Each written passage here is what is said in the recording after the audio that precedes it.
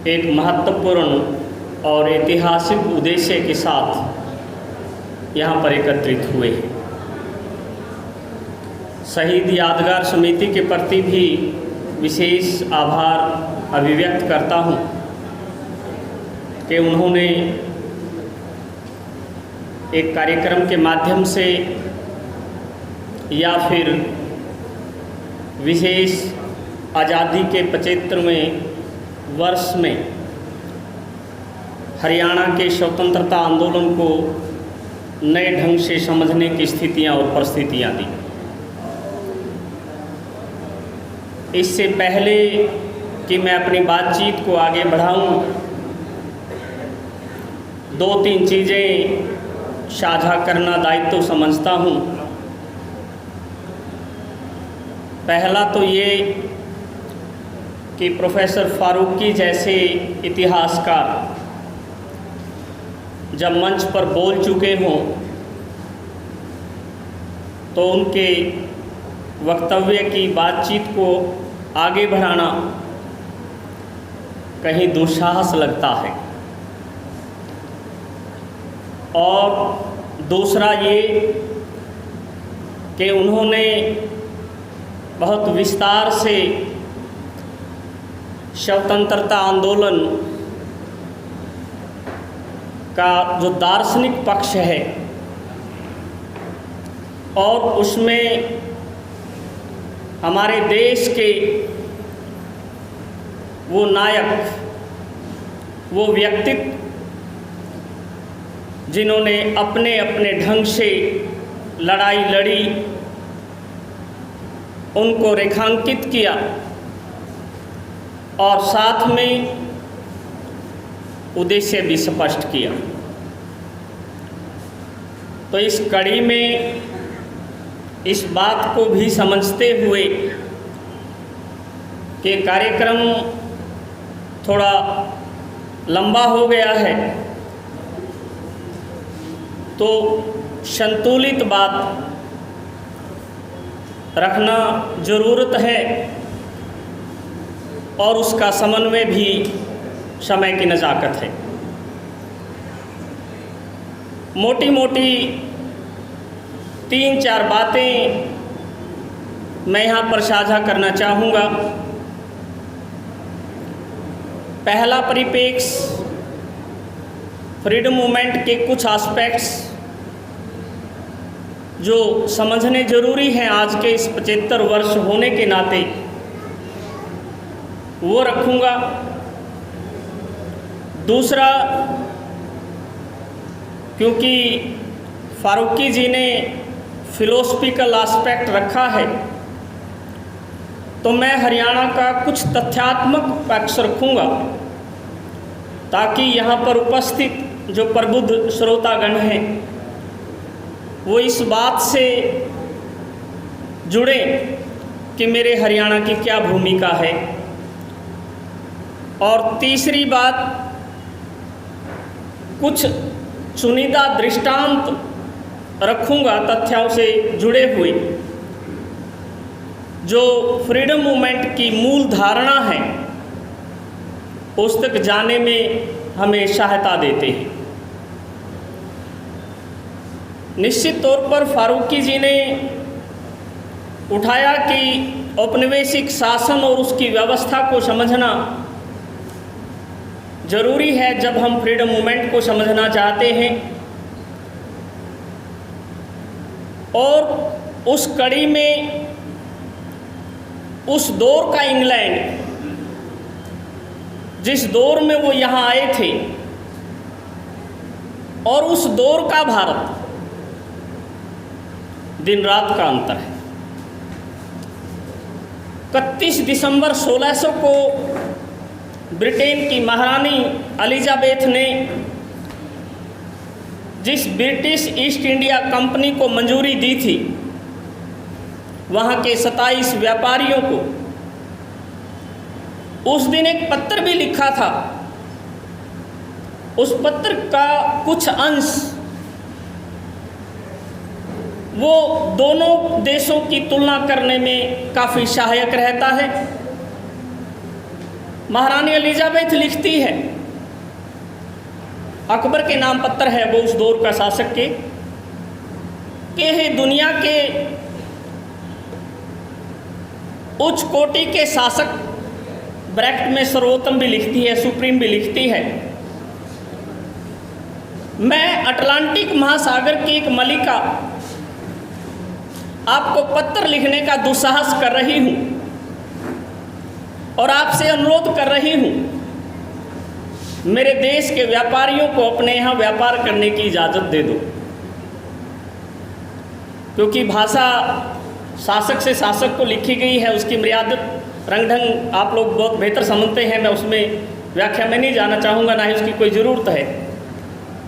और वो पत्र इस देश में 1608 में आया, 1600 में लिखा पत्र 1608 में आया, लिखने वाली भी चली गई और जिसको लिखा था वो भी चला गया। पत्र फिर भी आया, कैप्टन विलियम हांकिस लेकर जहांगीर के दरबार में रखा। जहांगीर उससे प्रभावित हुआ, उसको मनसबदार भी बनाया, लेकिन मतभेद के चलते हुए उसको बैरंग भी लुटा दिया। और यूँ सिलसिला चलता गया, क्योंकि समय इजाज़त नहीं देगा, ना ही उस बात खींचने का मकसद है।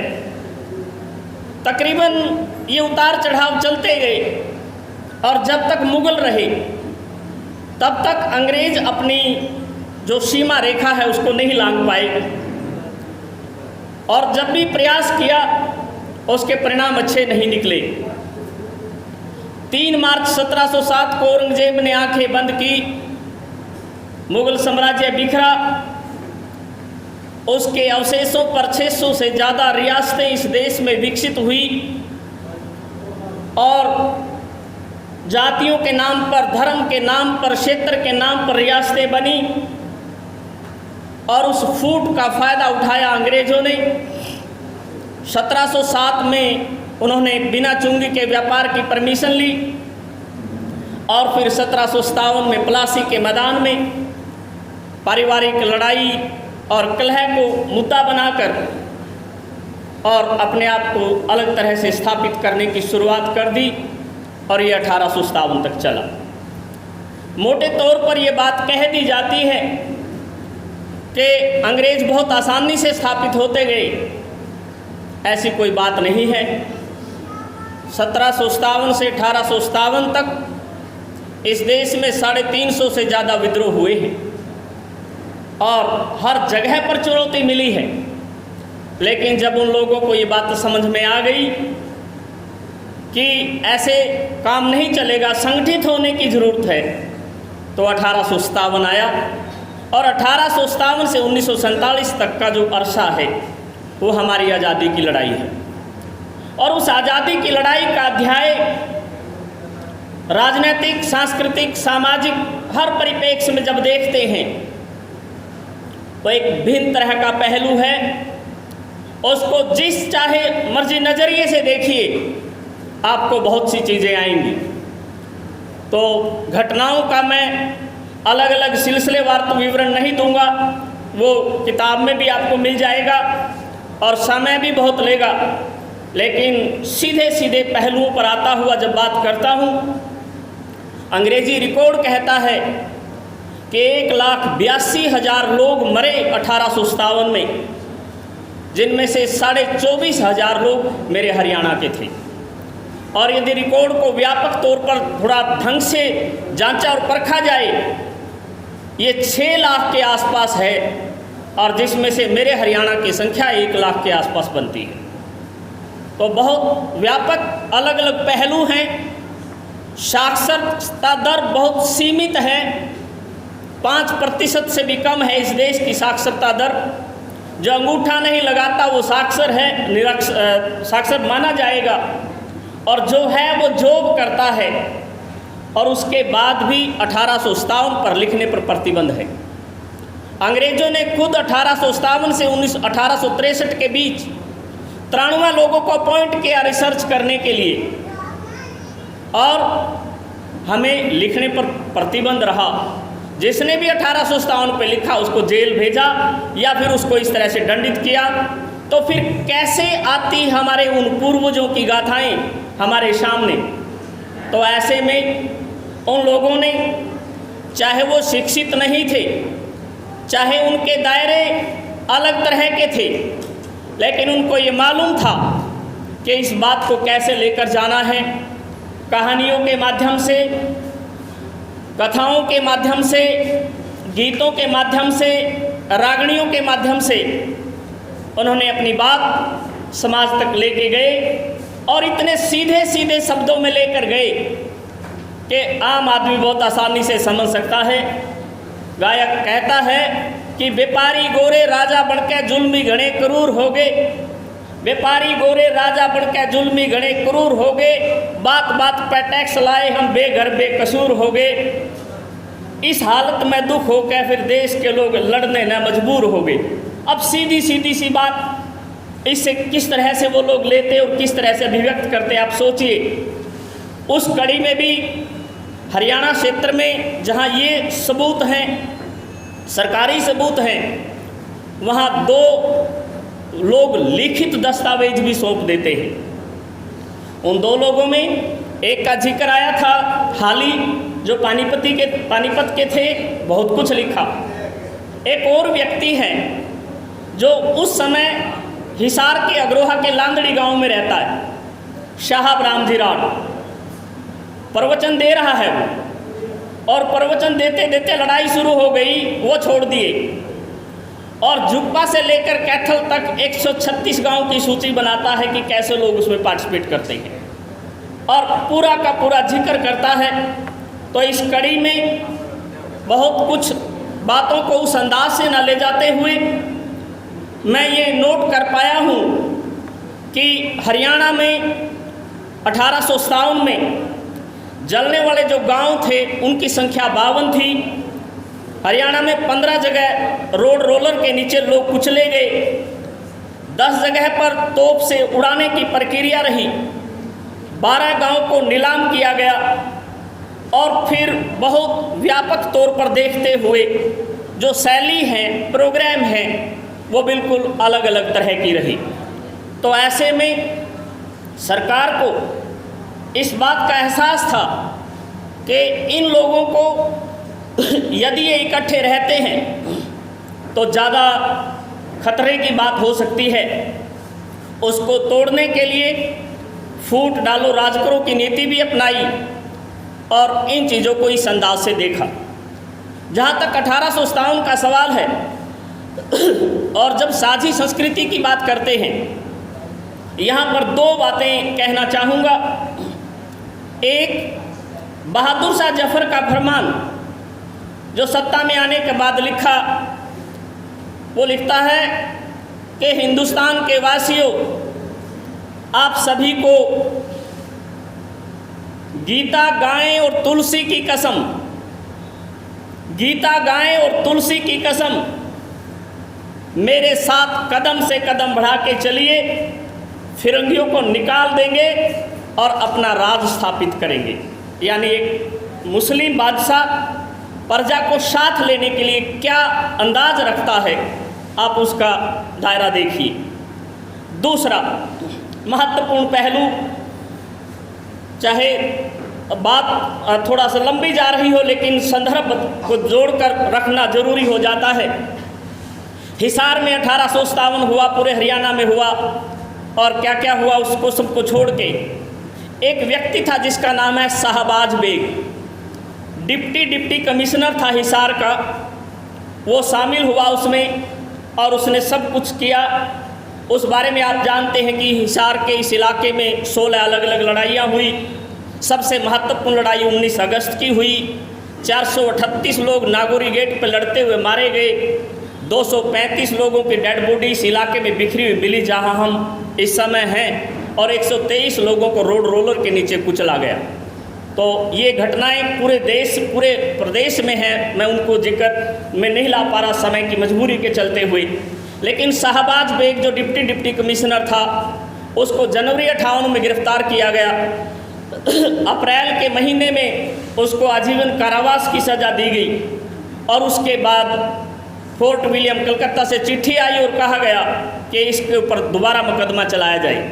दोबारा मुकदमा चला 14 सितंबर 1858। यहाँ से 200 गज दूर होगी मुश्किल से वो पीली कोठी किले के साथ। उसमें जज के साथ संवाद होता है। जज शाहबाज बेग से 26 सवाल करता है, मैं केवल 2 का जिक्र करूँगा। शाहबाज बेग से जज पूछता है कि शाहबाज बेग, तू हिसार का डिप्टी कमिश्नर था, तेरे को 450 रुपया महीना नौकरी मिलती थी, तेरा 6 एकड़ में मकान था, 30 तेरे पास नौकर थे और बगियां और उन चीज़ों की कमी नहीं थी, तो क्यों शामिल हुआ इसमें? शाहबाज बेग कहता, जज साहब सवाल तो बढ़िया है, लेकिन ये भी सच है कि जितना आप भर भर के जहाज़ों में ले जा रहे थे उसकी तुलना में मेरे को जो दे रहे थे वो तो बहुत थोड़ा था। और जब मेरे देश के लोगों को समझ में आ गया और वो जाग गए, तो मेरा ये धर्म था कि मैं उनका साथ दूं, मैं इसमें शामिल हुआ।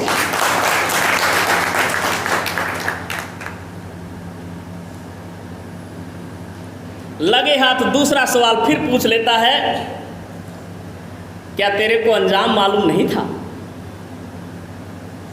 शाहबाज बेग कहता है, जज साहब मेरे को अंजाम मालूम नहीं है, कैसे कह सकते हैं? आपने अभी 9 जनवरी को बल्लभगढ़ के राजा नाहर सिंह को फांसी दी दिल्ली के चांदनी चौक में। उसके शरीर के टुकड़े किए, उन टुकड़ों को बैलगाड़ी में लाद के ले गए और वह अपने गंदे नाले में फेंके। 18 जनवरी को हांसी में हुकमचंद जैन और मुनीर बेग को फांसी दी उनके घर के सामने, और मुनीर बेग मुस्लिम था, वो आपने जलाया, और हुकमचंद जैन हिंदू था, उसको आपने दफनाया। कहता है मुझे इस बात से कोई फ़र्क नहीं पड़ता, आप मुझे जलाइए, मुझे दफनाइए, मुझे गंदे नाले में फेंकिए, लेकिन एक बात को ध्यान से सुनिए, रूप चाहे कुछ भी हो, मैं इस मिट्टी में मिलूँगा, और जब मैं इस मिट्टी में मिलूँगा और उस मिट्टी में वनस्पति पैदा होगी, और जो वनस्पति और अनाज पैदा होगा उसको मेरे देश की नई पीढ़ी खाएगी, वो तुम्हें मिट्टी में मिला देगी। मैं कहीं बाहर का किस्सा नहीं कर रहा हूँ, यहाँ की बात कर रहा हूँ। तो फ्रीडम मूवमेंट जब तक इस नज़रिए से देखा और समझा नहीं जाएगा, तो फ्रीडम मूवमेंट के आयाम और पहलू हमें नई तरह के समझ में आएंगे। लड़ाई चलती रही, आज भी कहते लोग मिल जाएंगे, अफसर की अगाड़ी और घोड़े की पछाड़ी, थोड़ा बच के रहना चाहिए। ये 1857 से आई है कि क्या क्या हो सकता है, और भी कितनी बातें हैं, कितने चुटकुले हैं, कितनी कहानियां हैं। उन सारी चीज़ों से हट के जब आगे चलता हूँ, एक बार तो ऐसा लगा कि 1857 में जो कुछ हुआ उसके बाद शायद हमारे पूर्वजों में लड़ने की हिम्मत नहीं रहेगी, लेकिन समय आया, परिस्थितियाँ आई, और जैसा गौरी जी कह रहे थे, लगता है कि 1857 के बाद तो हम सो ही गए। ऐसी कोई कहानी नहीं है।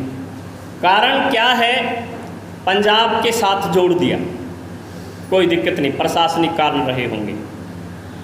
1911 में इस इलाके के 7 जिलों में से एक जिला दिल्ली वो तोड़ दिया, उसकी तहसील सोनीपत, जज्जर और फरीदाबाद वो अलग कर दी गई। जिस शहर को पिछले लगभग 2000 सालों से हम बना के चल रहे थे, हमारा सांस्कृतिक केंद्र था, वो नष्ट हो गया। तो ऐसे में लड़ाई लड़ने के तरीके और उसके पहलू और सोर्सेज कितने डिस्टर्ब हुए होंगे।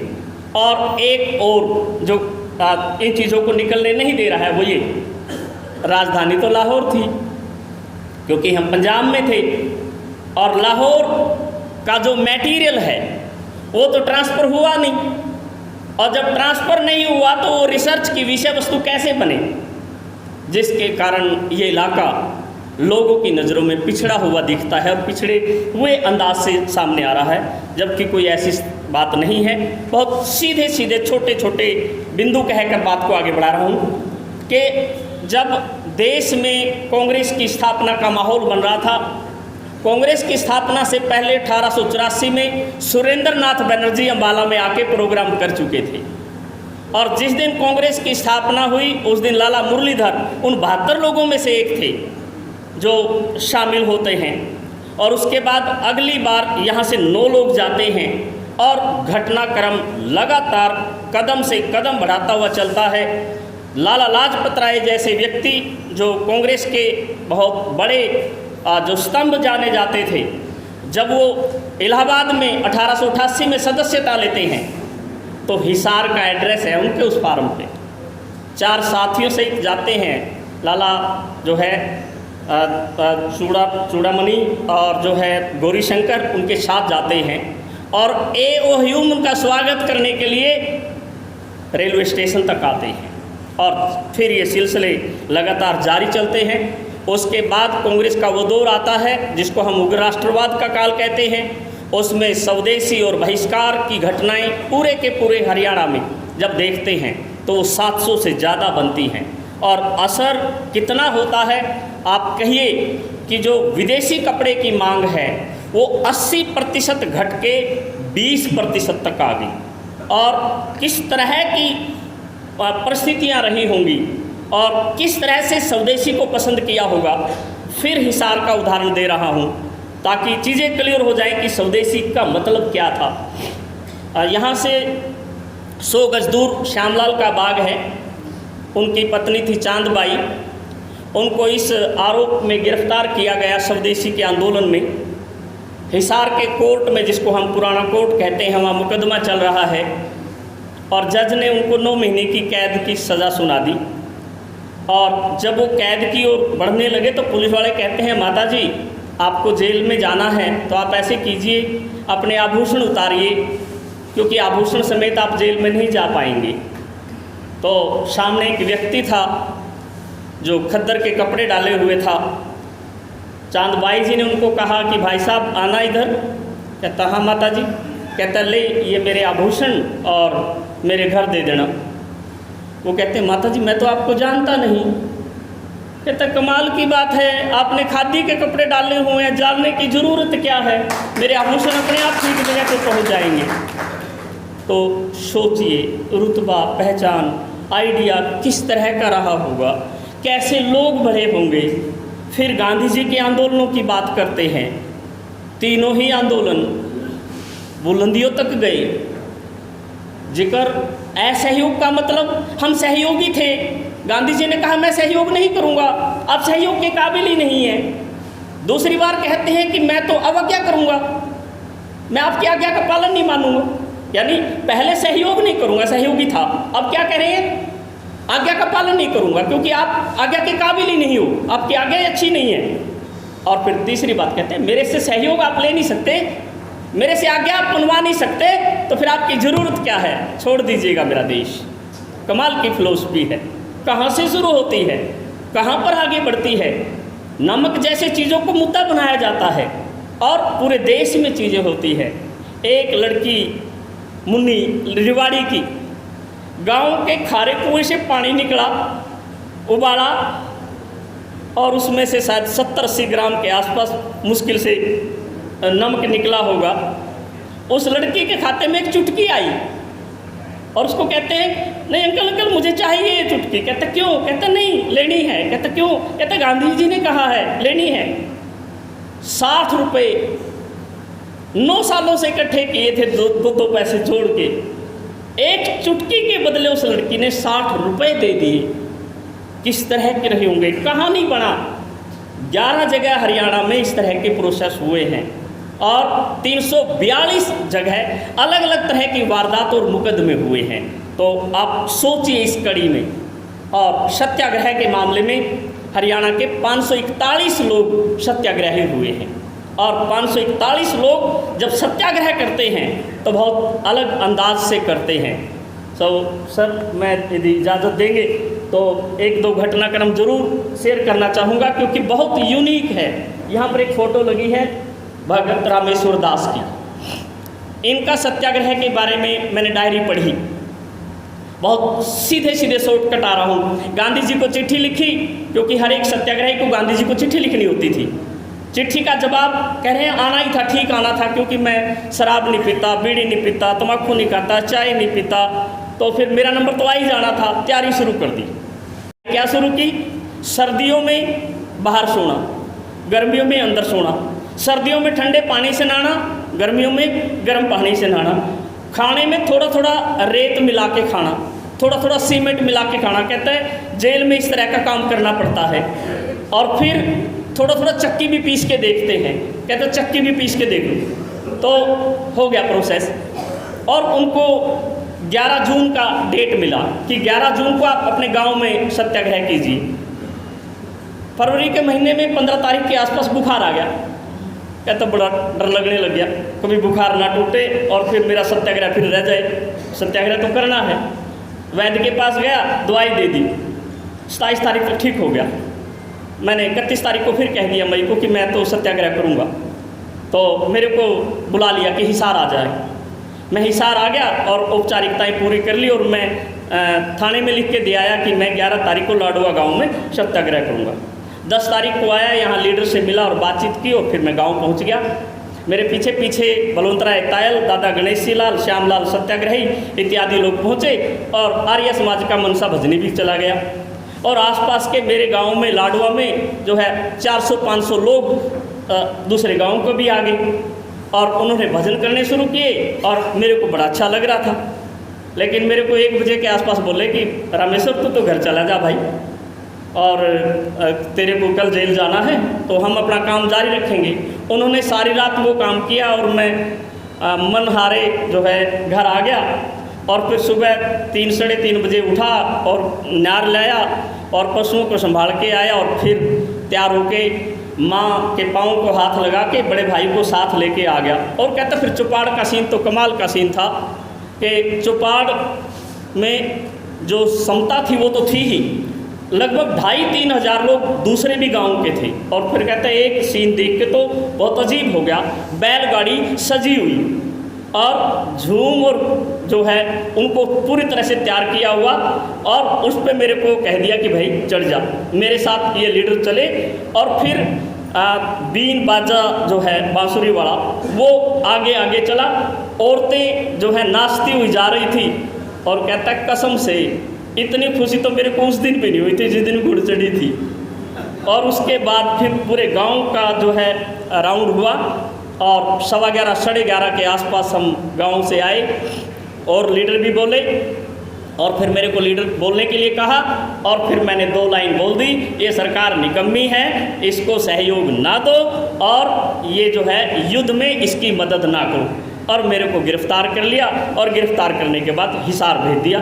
कहानी बहुत लंबी चौड़ी है, लेकिन इन्वॉल्वमेंट और जो तौर तरीका है इन सत्याग्रहियों का वो किस तरह का रहा होगा और कैसे माहौल बनता होगा, इन सारी चीज़ों को देखते हैं। तो गांधी जी के जो आंदोलन हैं आम आदमी तक कितने अपील करते हैं, उन चीज़ों को देखते हैं। जहाँ तक आज़ाद हिंद फौज का सवाल है या सुभाष चंद्र बोस का सवाल है, सुभाष चंद्र बोस हिसार आए थे 28 नवंबर को, और 28 नवंबर को गोपीचंद भार्गव के यहाँ नाश्ता लिया, कटला रामलीला में प्रोग्राम किया, उसके बाद धांसू और जुगलान वो गए, और फिर रात को यहीं रुके।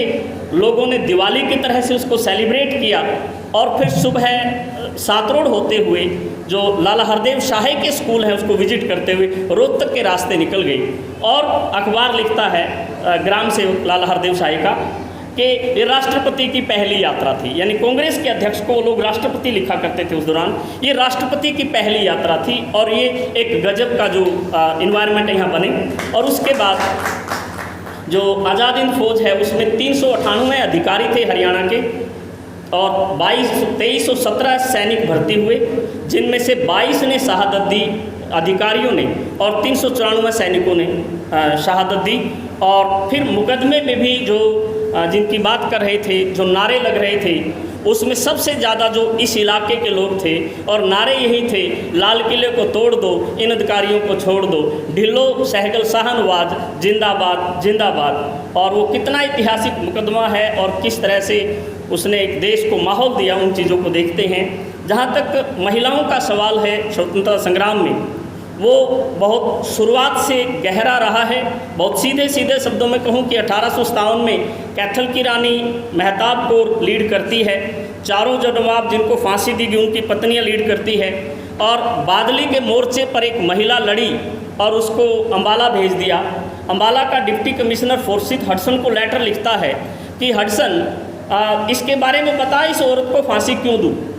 तो उसके बदले में जो है हडसन लिखता है कि फोर्सिथ इसको छोड़ने की गलती मत करना, ये बादली के मोर्चे पर लड़ी है, इसने 60 से ज़्यादा हमारे लोग मारे हैं और ये अपने आप को करामाती बताती है, और यदि छोड़ दिया तो ये जोन ऑफ आर्क बन जाएगी। जोन ऑफ आर्क फ्रांस में राष्ट्रीयता का प्रतीक एक लड़की है। तो ऐसी स्थिति में हम महिलाओं की भूमिका पाते हैं। जब 50 गांव जले हैं तो उनमें महिलाओं की क्या स्थिति रही होगी उसका आप अंदाज़ा लगाइए। या रोनाथ गांव को जब 30 सितंबर को आग के हवाले किया गया तो कुआं में 25 लोग महिलाएं बच्चों समेत किस तरह से गई, आप उसका कल्पना कीजिए। और असहयोग आंदोलन के दौरान 123 महिलाएं जो हैं वो जेल गई। सविनय अवज्ञा आंदोलन के दौरान 250 महिलाएं जेल गई। भारत छोड़ो आंदोलन के दौरान इनकी संख्या लगभग 322 के आसपास रही। तो ये महिलाएं सिर्फ कहने के कारण जेल में नहीं गई, बल्कि अलग अलग एक्टिविटीज़ के चलते हुए जेल में गई। तो इसी तरह से जब हम फ्रीडम मूवमेंट के बाकी पहलू भी देखते हैं, चाहे वो प्रजामंडल मूवमेंट हो या देश की लास्ट टाइम की जो परिस्थितियाँ उनकी देखते हैं, या फिर जो समाज सुधार से जुड़े हुए आंदोलन हैं उनकी हम बात करते हैं, तो ये वो पहलू हैं जिनको हम नज़रअंदाज नहीं कर सकते। और जब इन चीज़ों को नए अंदाज से समझने का प्रयास किया जाएगा या उस दृष्टिकोण से काम होगा तो हरियाणा का जो फ्रीडम मूवमेंट है वो नई तरह से आगे निकल कर आएगा। और क्योंकि आज हम आज़ादी की लड़ाई की 75वीं वर्षगांठ की बात कर रहे हैं और साथ में भारत छोड़ो आंदोलन का जो 80वां जो उत्सव है उसको भी देख रहे हैं, तो यहाँ हमें ये समझने की ज़रूरत है कि इन घटनाओं से हम इतने नज़दीक नहीं हैं कि आज हम इसमें शामिल हो जाएं, लेकिन इतने दूर भी नहीं हैं कि हम तथ्यों का ठीक से मूल्यांकन ना कर पाएँ, किसकी भूमिका थी उसको ना समझ सकें, किसकी भूमिका नहीं थी उसको ना समझ सकें। ज़रूरत इस बात की है कि हम विश्लेषण करें, नए अंदाज से करें, नए ढंग से करें। और जब हम इन सारी चीज़ों को इस अंदाज से समझेंगे तो फ्रीडम मूवमेंट भी नई तरह से समझ में आएगा। जब फ्रीडम मूवमेंट समझ में आएगा तो फ्रीडम की कीमत समझ में आएगी, और फ्रीडम की कीमत समझ में आएगी तो फ्रीडम को बचाए रखने का जो आइडिया है वो भी समझ में आएगा। यदि इन चीज़ों के लिए हम कहीं भी शॉर्टकट अपनाएंगे तो कहीं ना कहीं हम अपने लिए और अपनी व्यवस्था के लिए खतरा पैदा करेंगे। धन्यवाद। जय हिंद।